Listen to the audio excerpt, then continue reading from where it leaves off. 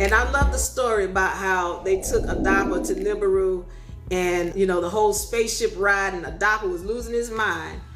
And they had to tie him down because he kept trying to get up and leave. He was scared. So I'm gonna tell you what Anu sent down word, because by this time this whole human project had picked up and everybody was excited about it. And Anu was excited about it. The people on Nibiru were excited about this human project. So Anu sent word that he wanted Adapa to visit him. Now, I got to tell you about this story because I've studied that book, and then I've studied things outside of that. But before Adapa went up to visit Nibiru and Anu, Enki had a conversation. You know how your mama give you a conversation when you get ready to go off? Don't embarrass me. Don't ask for nothing. Don't eat nothing. Don't act foolish. Don't make me look. That's the kind of message that he gave Adapa. But it was more like, this is what he said to Adapa. He said, listen, I want you to understand that you might, just because we created you, I need you to understand that you are worthy. All right, don't let them make you think you're less than. Don't let them make you feel that you're less than. You're not. You are worthy. So when you go up there, make sure you walk and act like you know you're worthy. Then he also told Adapa, according to the book of Enki, he told Adapa, now, I need you to understand something. You are not supposed to be eating. He's like, your vessel is not designed for you to eat. You have longevity of life now, but if you eat, you will not. You will die. You want to die, Adapa? No, I don't want to die. Then don't eat anything. So my dad, he said, is going to offer you something to eat.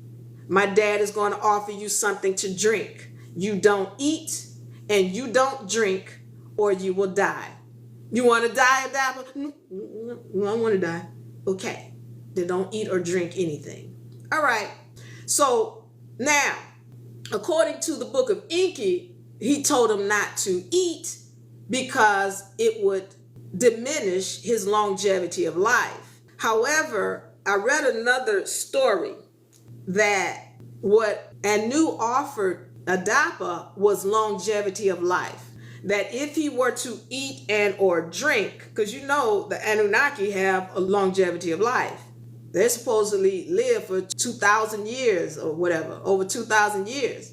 But according to another scripture or documentation I read, that Enki knew that his father would offer him longevity of life. And he told him not to eat or drink because he didn't want him to be equal. Again, they didn't want the humans to be equal. Okay, so I'm just saying all that to say this.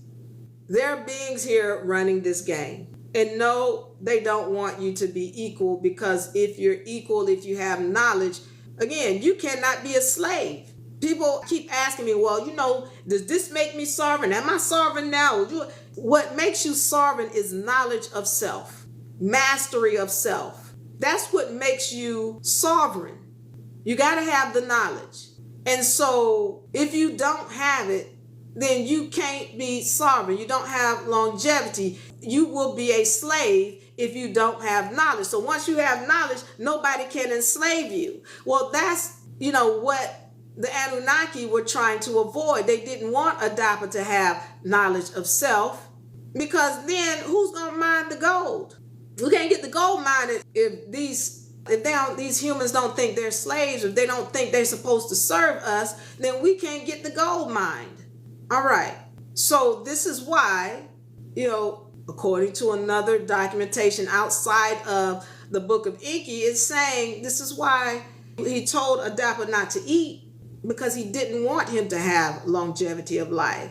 Even though he says, now, we know Enki, according to the left out scriptures, loved himself some Adapa. He loved himself some humans.